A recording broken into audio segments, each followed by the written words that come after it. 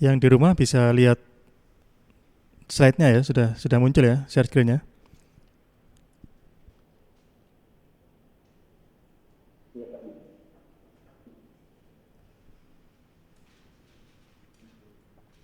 Waalaikumsalam, ya silakan Mas.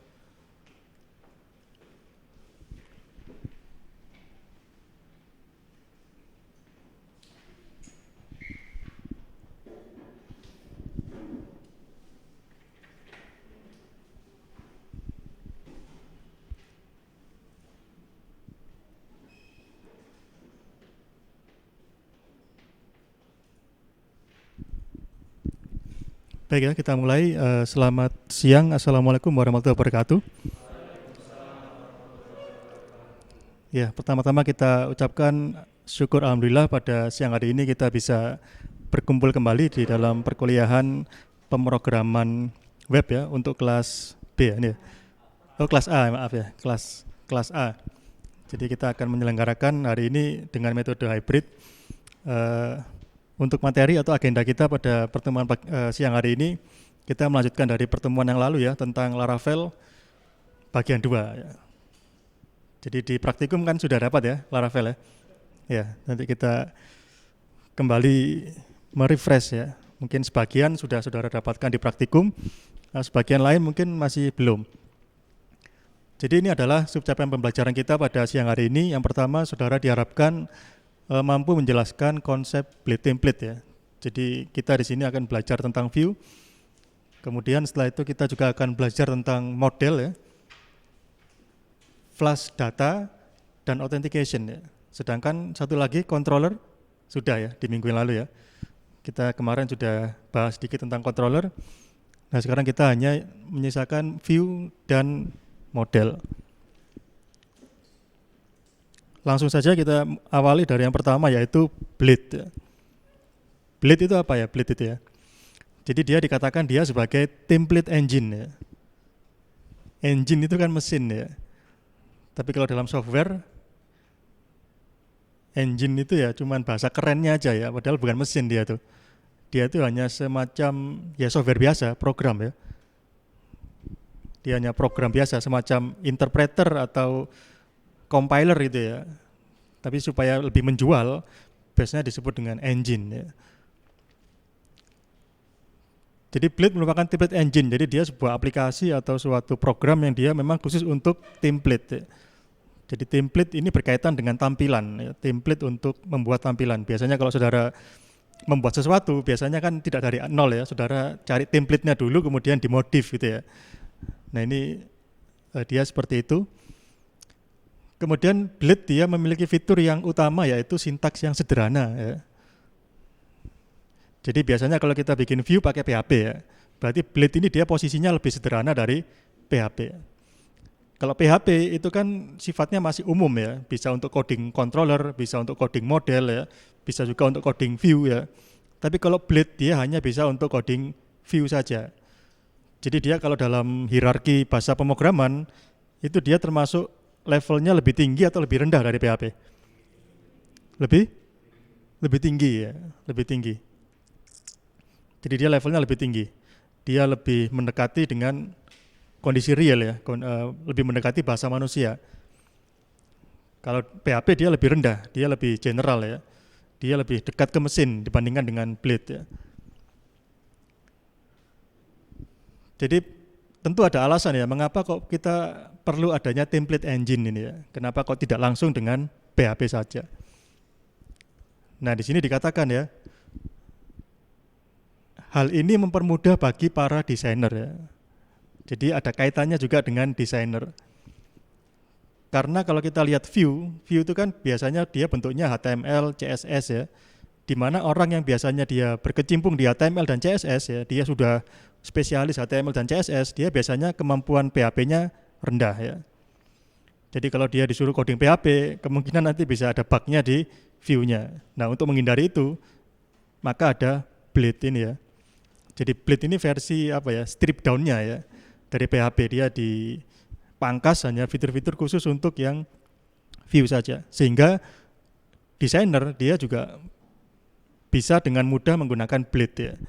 Jadi mungkin hanya di training 1 hari ya atau 1 minggu, dia sudah familiar ya dengan Blade, dia sudah bisa produktif. Kemudian di situ ada fitur-fitur dari Blade ya. Jadi Blade itu dia juga bahasa pemrograman ya. Di situ ada inheritance ya. Apa itu inheritance ya? Pewarisan ya. Kalau kita bicara konteksnya ini halaman web, ini pewarisannya gimana? Atau view ya? Mungkin ada yang bisa ngasih contoh kasusnya seperti apa? Kenapa kita perlu inheritance pada view? Ya? Routing. Routing ya gimana routingnya?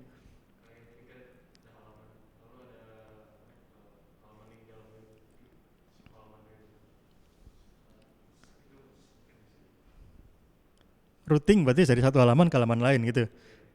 Terus inheritance-nya gimana? Maksudnya penggunaannya gimana? Yang diwariskan apanya?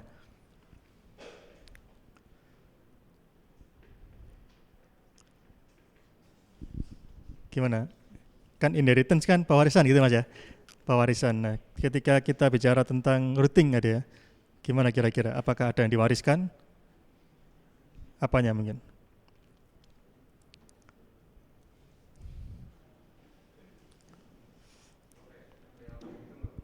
Kenapa?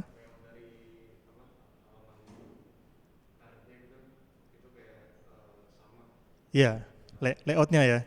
Ya betul ya, layoutnya biasanya ya. Jadi kalau kita lihat halaman web biasanya layoutnya ya konsisten ya dia ya. Yang berbeda adalah kontennya. Jadi secara umum dia layoutnya sama. Eh, Kerangkanya, bentuknya, headernya, sidebar, navigasi dan lain-lain biasanya dia konsisten. Yang beda adalah bagian konten ya. Jadi kita sering menggunakan inheritance pada view ya.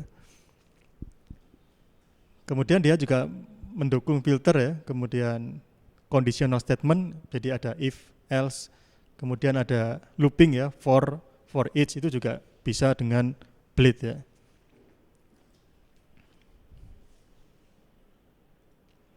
Nah ini contoh dari Blade ya. Perbedaannya apa dengan PHP ya? Yang pertama kali terlihat bedanya dengan PHP, baris pertama bedanya ada apanya? Ada add-nya ya, ada add-nya. Jadi dia pada sintaks perintahnya itu ada add-nya. Add for each ya. Kemudian dolar daftar mahasiswa ini sama dengan PHP ya, dia menggunakan dolar untuk nama variabel ya. S dolar mahasiswa ya. Jadi kita melakukan iterasi terhadap array daftar mahasiswa, kemudian setiap elemennya itu ditangkap sebagai variabel dolar mahasiswa. Kemudian baris kedua mungkin ada yang bisa menjelaskan mungkin apa itu maksudnya baris kedua itu?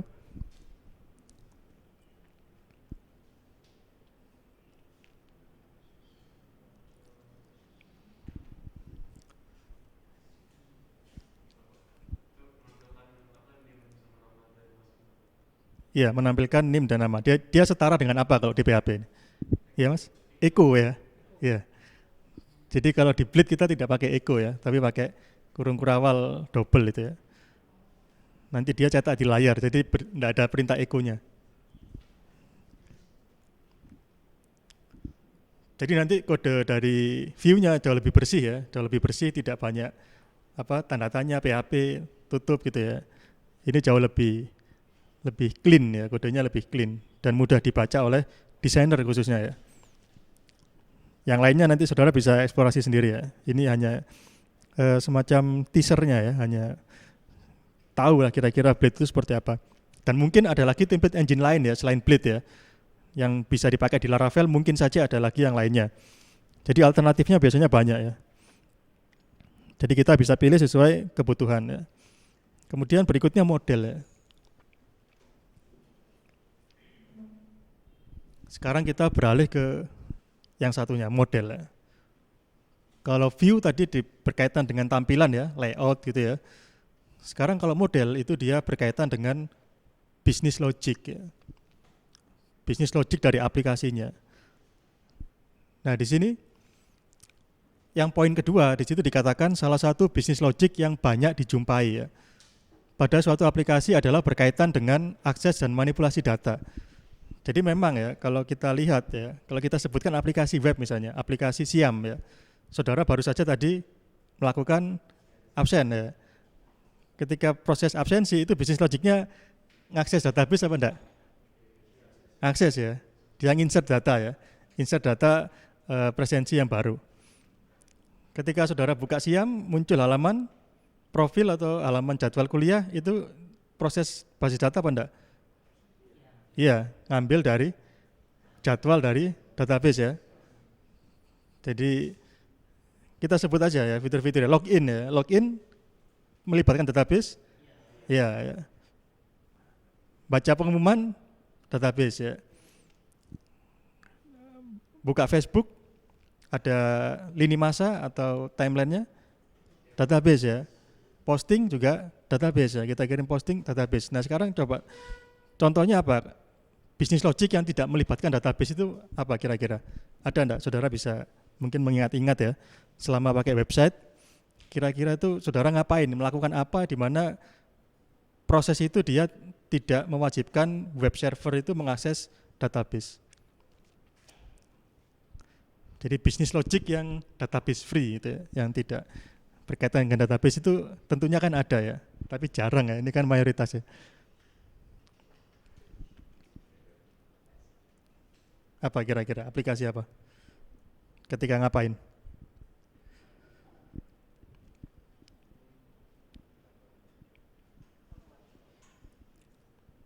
Ya mas? Oh ya. Yang di rumah atau di Google Meet mungkin ada yang tahu? Mungkin ingat ya waktu mengakses web. Nah itu proses atau lagi ngapain kira-kira webnya itu nggak mengakses database. Fitur apa yang tidak membutuhkan database ya. Sulit ya, kita nyari kadang-kadang mikirnya sulit, tapi kalau kita suruh nyari yang berkaitan dengan database cepat ya. Sehingga apa, karena mayoritas bisnis logik itu dia berkaitan dengan database, maka konsekuensinya biasanya model itu dia terkoneksi dengan database ya, karena ya kondisinya seperti itu ya. Kalau contohnya mungkin tadi saya sempat dengar ada yang menyebutkan kalkulator mungkin ya. Kalau kalkulator itu ya memang tidak pakai database ya, dia bisa diproses di klien dengan JavaScript misalnya ya. Jadi itu. Nah sekarang kita lihat poin ketiga, di situ ada ORM ya, Object Relational Mapper. Jadi kita berbicara di sini database-nya adalah database yang relasional ya. Karena sekarang ini database itu ada dua macam ya, yang banyak digunakan untuk web, yang satunya relasional, yang satunya yang non relasional, yang NoSQL itu ya, atau yang real time database, pakai Firebase misalnya, pakai MongoDB, itu dia real time ya, dia tidak relasional. Tapi di sini kita lihat yang relasional ya, yang tradisional, misalnya MySQL itu ya, dia sifatnya relasional ya, sedangkan Laravel atau PHP itu sifatnya object oriented ya. Jadi mungkin saudara masih ingat ketika mengerjakan modul, yang modul CRUD ya, modul membuat aplikasi apa namanya, rapid test ya. Nah di situ kan ada ORM sederhana ya. Jadi pada ORM intinya kita memetakan ya antara OO ya, object oriented dengan relasional. Karena apa kita perlu memetakan? Karena di sini terjadi impedance mismatch ya. Jadi konsep yang tidak match antara dunia object oriented ke dunia relasional. Jadi dia butuh penengah ya, translatornya atau adapter ya, yaitu object relational mappers, yang dia memetakan konsep dari relasional ke object oriented dan sebaliknya.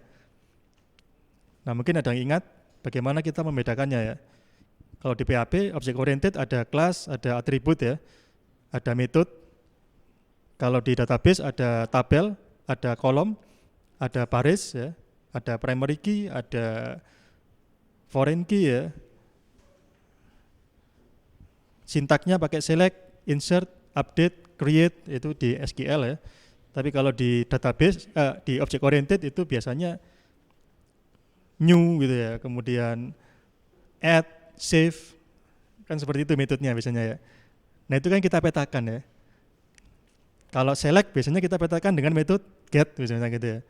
Kalau insert kita petakan dengan metode save atau add gitu ya. Kalau delete ya kita petakan biasanya namanya juga delete ya. Nah di situ bagaimana kalau tabel kita petakan ke apa biasanya di object oriented? Kelas ya. Jadi kalau ada tabel mahasiswa maka kita bikin kelas mahasiswa. Kalau kolom atribut ya, kolom jadi atributnya kelas. Jadi dipetakan. Jadi tujuannya apa? Untuk mempermudah kita dalam mengakses database. Jadi dengan menggunakan ORM kita tidak coding dengan SQL ya, kita codingnya dengan PHP ya, dengan bahasa pemrogramannya. Kalau Java ya berarti kita codingnya dengan Java ya, karena Java juga ada ORM-nya ya. Kalau pakai .NET C# ya pakai ORM-nya C#. Jadi dia bertugas untuk memetakan ya. Nah di sini bagaimana di Laravel itu ada namanya komponen Eloquent ya. Jadi Eloquent ini ORM-nya Laravel ya. Jadi kalau kita pakai ORM, kita tidak coding misalkan create table ya, enggak. Kita tidak coding insert into, itu tidak. Nah, lantas bagaimana kita codingnya? Kita menggunakan migration ya. Pertama kali kita menggunakan migration. Jadi disebut dengan migration itu ya. Jadi kalau kita bikin model ya, PHP artisan, make model, kemudian nama modelnya di sini mahasiswa, kemudian di situ ada parameternya negatif migration ya. Itu nanti dia generatornya akan mengenerate file migrationnya juga. Jadi kelas mahasiswa dibikin, tabel mahasiswa juga dibikin ya. Kalau kita pakai migration. Kalau kita tanpa migration, hanya kelas mahasiswa saja yang dibikin. Tabelnya tidak ikut dibikin.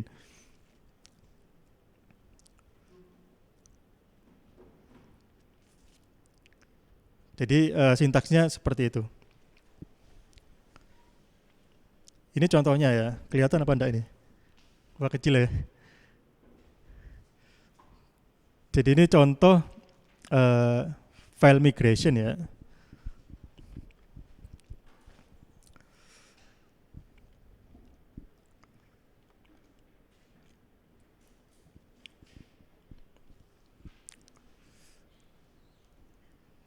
Jadi dengan migration kita dapat mengubah struktur basis data ya. Jadi itu kita bisa membuat tabel, menghapus, menambah data, menghapus data juga bisa. Jadi baik itu yang sifatnya struktur database-nya bisa, maupun konten atau isi dari database-nya juga bisa dengan migration. Migration ini biasanya dipanggil dengan dua metode ya. Yang satunya up, yang ini ya, mungkin kelihatan kecil itu up ya. Kemudian yang di bawah sendiri ada fungsi atau metode down ya. Kalau up itu artinya ya kita mempersiapkan strukturnya ya. Jadi pertama kali aplikasi sebelum dijalankan, kita create dulu database-nya itu dengan up. Tapi kalau kita ingin menghapus database, kita menggunakan fungsi down ya. Jadi up ini untuk mempersiapkan struktur dan datanya. Nah di situ ada tulisan skema ya. Kemudian create dalam kurung yang hijau itu flights ya. Artinya kita membuat tabel flights. Jadi nanti dia akan diterjemahkan oleh Eloquent ya. SQL-nya akan diterjemahkan. Kemudian di bawahnya ada di dalam metode ada $table. Ada panah ya, ID ya. ID itu sudah bawaan dari Eloquent ya. Jadi dia semacam primary key ya. Jadi primary key-nya itu menggunakan ID ya. Jadi kita tidak mendeklarasikan tipe datanya apa, enggak. Itu yang mendeklarasikan nanti adalah Eloquent. Kemudian di bawahnya ada string name. Yang ID itu enggak pakai tipe data, tapi yang name itu dia ada tipenya string ya. Karena name itu custom, kita sendiri yang bikin ya. Kalau ID dibikin oleh Eloquent-nya. Kemudian bawah lagi ada airline ya. Airline tipenya juga string. Kemudian di bawah lagi ada timestamp ya. Jadi ada 4 kolom, ID, name, airline, dan timestamp ya. apa yang dikerjakan Eloquent, dia akan mentranslate ini ke SQL ya. Nanti yang string ditranslate jadi apa kira-kira dia? Varchar ya, pakai jadi varchar. Yang timestamp nanti bisa macam-macam ya, bisa date atau apa ya, time.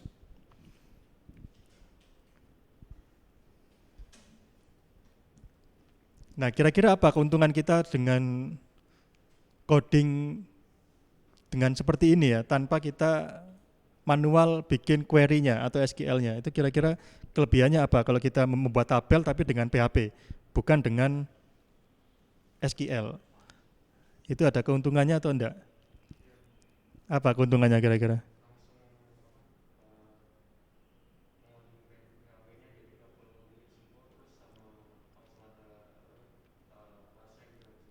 Langsung ada?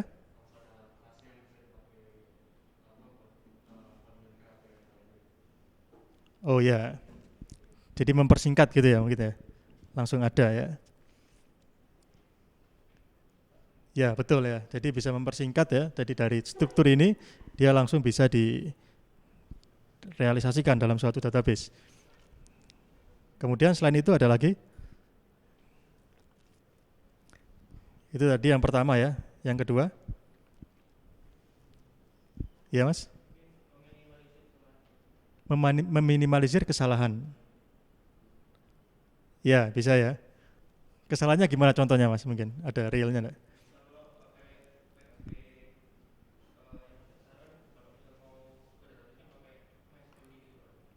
MySQLi ya.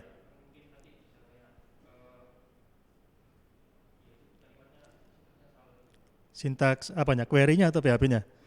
Query-nya ya. Ya. Jadi bisa menghindari kemungkinan kesalahan ya. Jadi dia lebih lebih mudah kedeteksi mungkin kalau ada salahnya ya. Kalau query kan beda bahasa. Ada lagi yang lainnya yang ketiga mungkin? Kelebihannya apa ini?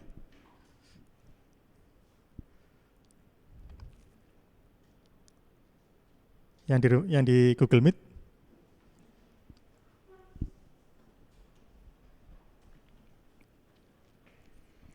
Jadi setiap apa ya teknologi ya itu pasti ada maksud dan tujuannya gitu ya dan macam-macam. Jadi kita nggak mungkin ini tiba-tiba ada ya.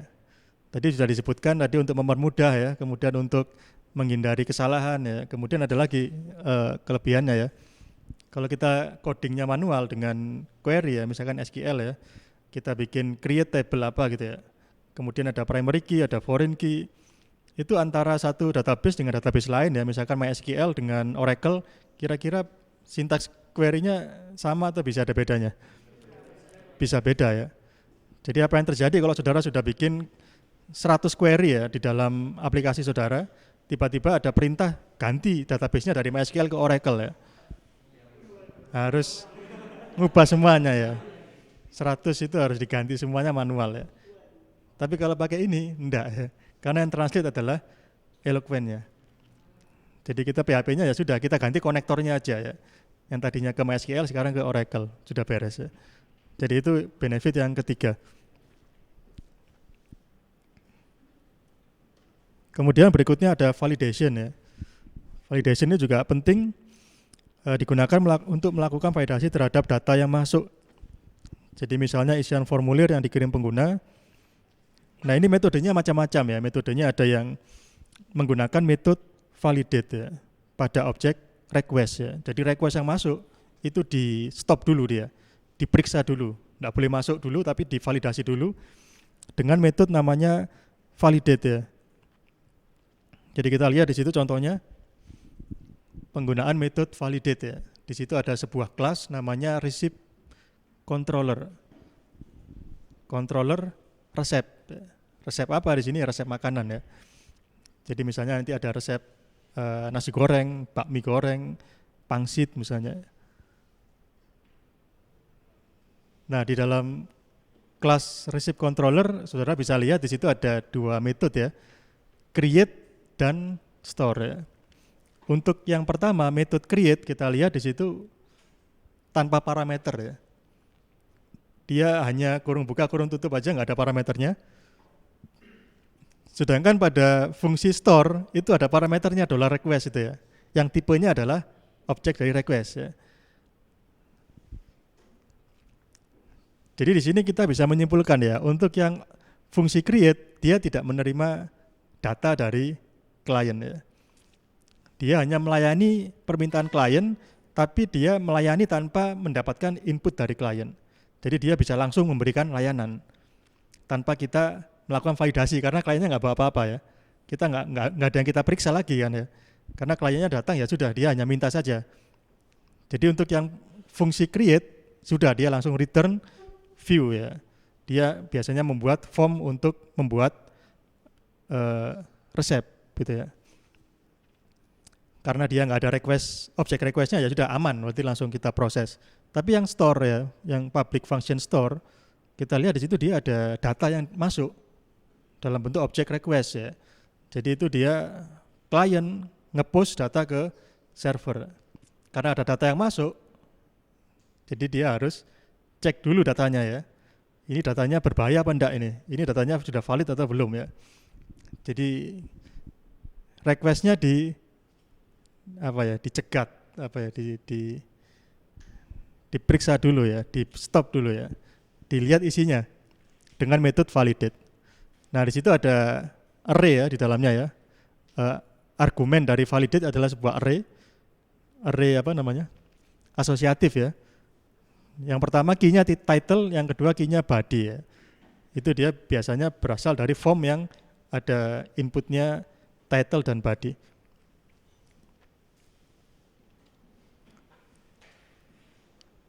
Kita lihat di situ bagaimana sintaksnya ya. Saudara harusnya bisa mengira-ngira ya. Baris yang title itu dia dicek apa itu pertama kali? Required itu ya. Harus diisi ya. Kalau secara logik gimana kira-kira? Algoritmanya gimana? If apa? If dari iset, apakah bisa dari iset?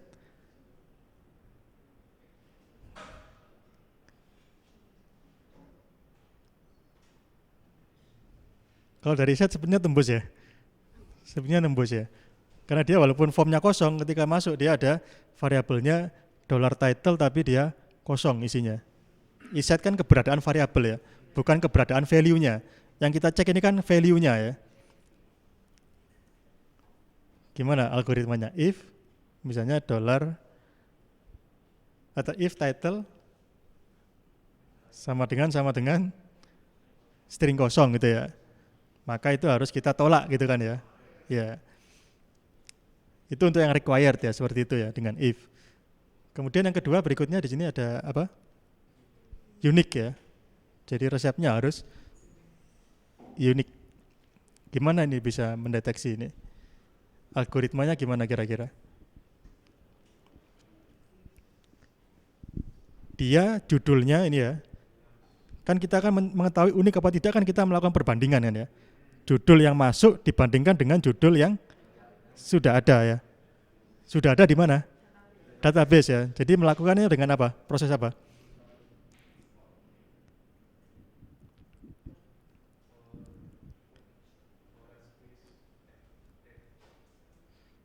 Macam-macam ya. Pakai for bisa ya. Pakai for tapi agak berat kayaknya ya. Pakai for kita ambil semua ya. Setiap baris ya. Kemudian kita bandingkan judulnya ya. Kalau dia sampai habis, nggak ada yang sama berarti dia lolos ya. Tapi kalau ternyata ada yang sama, nggak lolos. Tapi kita juga bisa pakai yang lain. Selain dengan looping, pakai apa misalnya? Pakai?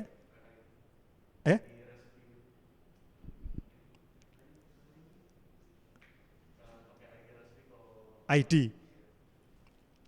ID-nya gimana? ID-nya apa?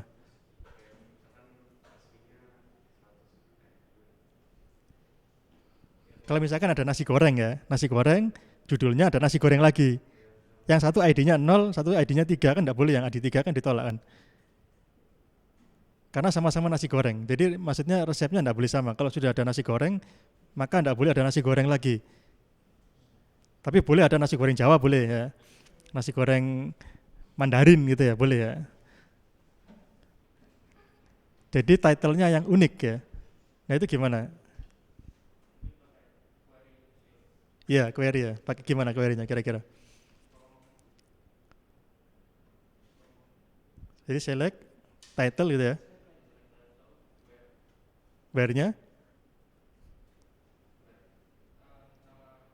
title-nya sama dengan ini ya. Jadi kalau dia menghasilkan row atau baris ya, kalau hasilnya dia 1 atau lebih dari 0, itu artinya sudah ada yang pakai ya, ditolak. Jadi bisa pakai where-nya ya. Where title sama dengan itu gitu ya. Bisa. Jadi macam-macam ya algoritmanya. Kemudian berikutnya ada apa itu? Max 125 itu ya. Apa itu maksudnya kira-kira? Maksimal ya. Maksimal apanya itu? Karakter ya. Ya, maksimal 125 karakter. Jadi kalau judulnya terlalu panjang itu ditolak. Nah, tadi prosesnya tadi if stringnya sama dengan apa? Title-nya sama dengan string kosong, kemudian kita select ke database atau kita looping ya. Kemudian kita hitung karakternya dengan counting. Itu kalau di coding itu bisa banyak ya itu ya. Bisa 50 baris atau 100 baris mungkin ya. Kalau dengan Laravel ya, dengan Eloquent kita bisa 1 baris saja itu sudah melakukan banyak sekali pekerjaan ya. Jadi ini sangat membantu kita. Kemudian di bawahnya ada body dia hanya required saja. Nah setelah dia lolos, baru dia di save ya di bawahnya ini. Jadi nanti ketika dia sudah valid baru dia akan di save. Berikutnya flash data. Jadi ini apa ini? Disimpan berupa session, digunakan untuk request berikutnya. Setelah itu data akan dihapus ya. Mungkin saudara pernah lihat apa ya namanya? Data konfirmasi gitu ya. Sesuatu sudah berhasil. Kalau saudara lihat contoh yang kemarin yang bikin aplikasi apa namanya? Rapid test itu ya. Itu nggak pakai flash data ya. Ketika saudara nambah data ya, nanti akan tulisannya data berhasil ditambahkan. Saudara refresh, datanya nggak hilang gitu. Karena apa? Ketika sudah ada pesan selamat atau data berhasil ditambahkan, ketika di refresh dia kok masih ada. Mungkin ada yang ingat ya, yang di project kemarin, yang di rapid test itu.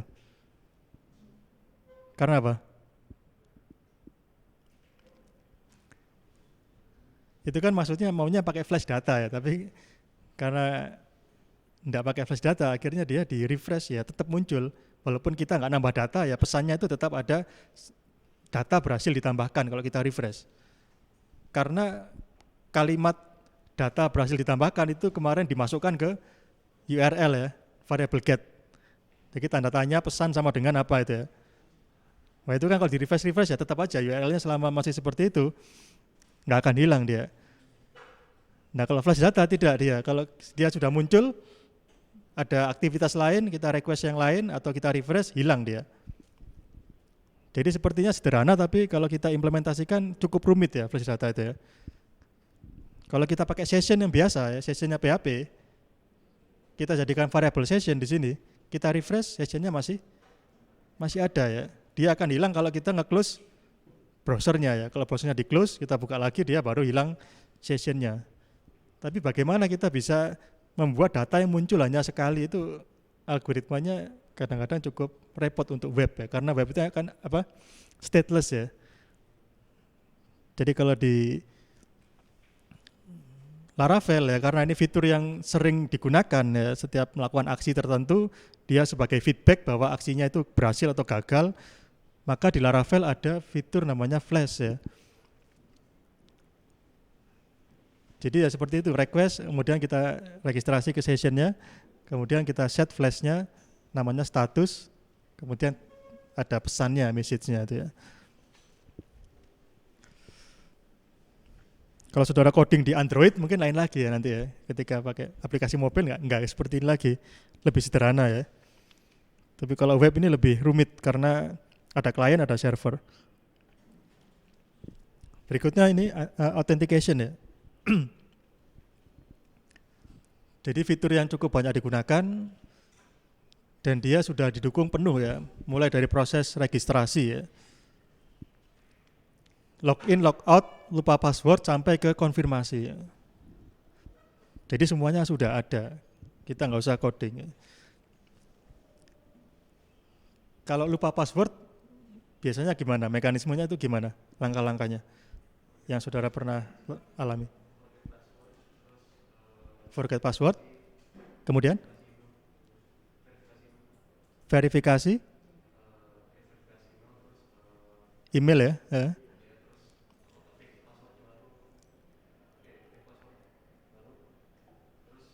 ketik password baru, sudah selesai ya. Jadi lupa password, forget password, kemudian email ya. Jadi lupa password, diklik lupa password, kemudian kita diminta mengisi alamat email ya. Kemudian setelah itu dikirim email ke inbox kita masuk ke inbox, ada apanya di sana? Ada linknya ya. Ada linknya, kemudian kita klik kan linknya ya. Kemudian dari link itu muncul ke halaman untuk mengisi password yang baru ya. Jadi melalui link konfirmasi ya. Nah mungkin ada yang tahu di dalam link konfirmasi itu linknya seperti apa itu biasanya? Panjang ya. Tujuannya apa kalau gitu? Biar apa? Biar unik.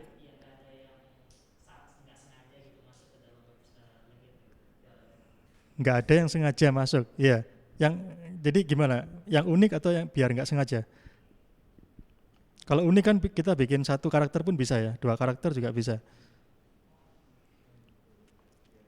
5 karakter kan juga bisa unik ya. Kalau nggak sengaja itu gimana maksudnya mas?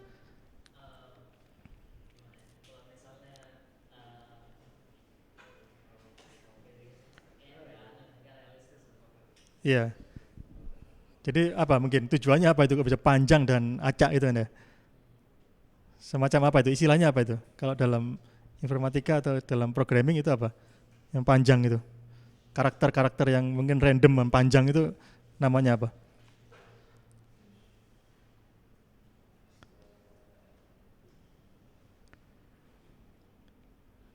Ada yang menyebut dengan istilah token ya, atau signature-nya ya. Jadi suatu URL dia bisa ada signature-nya atau tokennya. Tujuannya apa kok dibikin seperti itu supaya tidak di brute force ya. Kalau di brute force kalau cuma satu karakter nanti jebol semua ini emailnya ya. Saya bisa bobol gampang ya, saya brute force saja nanti tahu-tahu nanti pada percobaan keberapa muncul itu silakan isikan password baru kan ya. Kan bahaya sekali itu ya. Jadi itu bisa untuk security. Itu sudah ada di Laravel ya. Termasuk registrasi kan kadang-kadang juga ada konfirmasi ke email dulu ya, supaya tidak dikasih email yang palsu gitu ya. Jadi fitur-fitur autentikasi sudah lengkap ya. Nah ini kita juga bisa menggunakan bridge ya. Jadi ini menggunakan tekniknya scaffolding ini ya scaffolding. Jadi kita ketika kita menjalankan perintah ini, nanti dia akan otomatis generate kodenya ya. Sudah selesai bisa dipakai. Jadi mungkin itu ya untuk fitur-fitur Laravel yang kita bahas, yang lain bisa saudara eksplorasi ya karena sangat banyak dan mungkin ini kalau ada perubahan terbaru juga saya kurang tahu ya. Karena biasanya framework itu cepat sekali ya. Ini tahun lalu ini saya eh, ngambilnya tahun lalu. Belum saya cek yang versi terbarunya. Ya mungkin di sini sampai di sini ada pertanyaan mungkin silakan.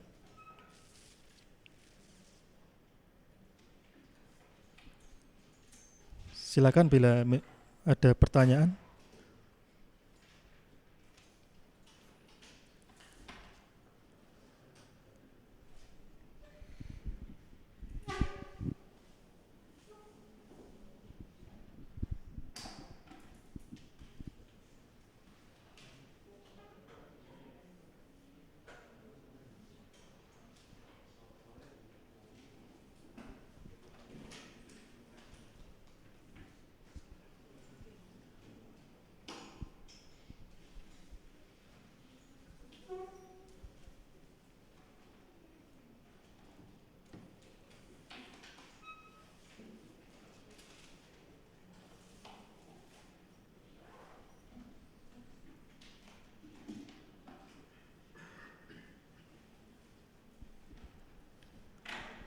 Ya, kemudian ada sedikit yang ingin saya sampaikan ya terkait dengan project.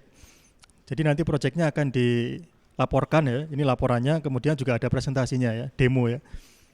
Jadi ini untuk format template dari laporan projectnya, ini sudah saya upload di e-link ya, nanti saudara bisa download.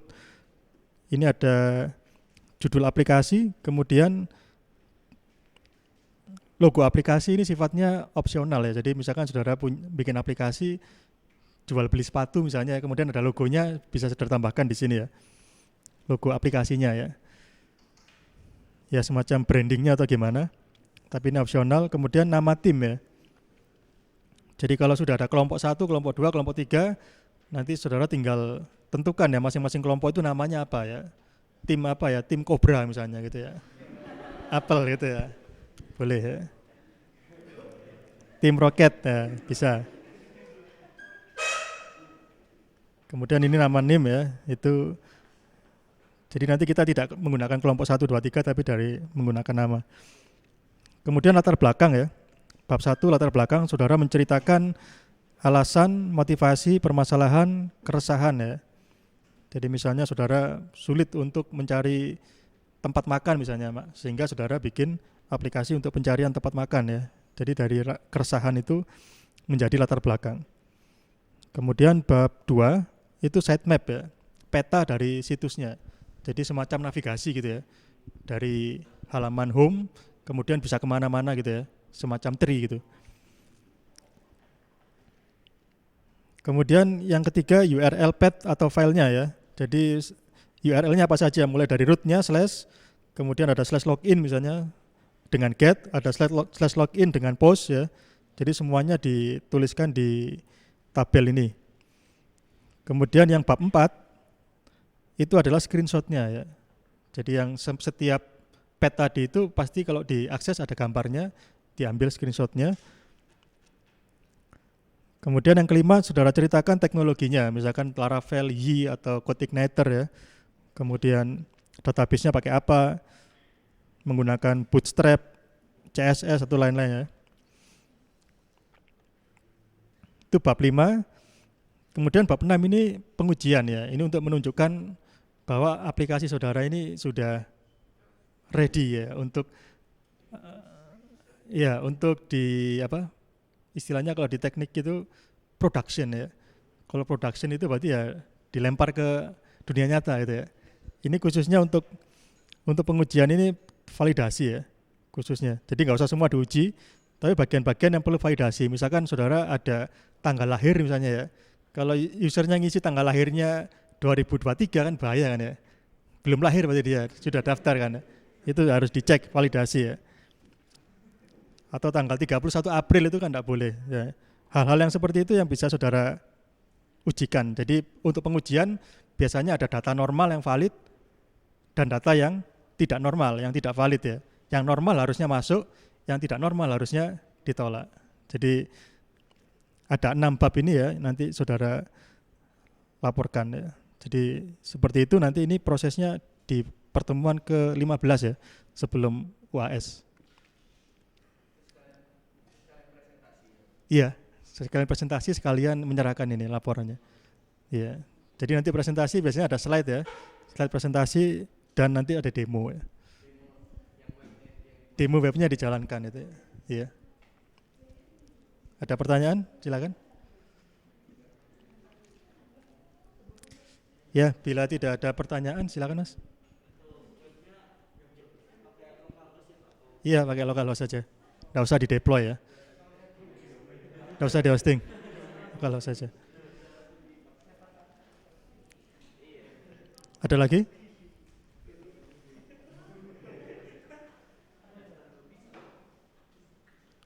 Yang di Google Meet mungkin ada pertanyaan silakan.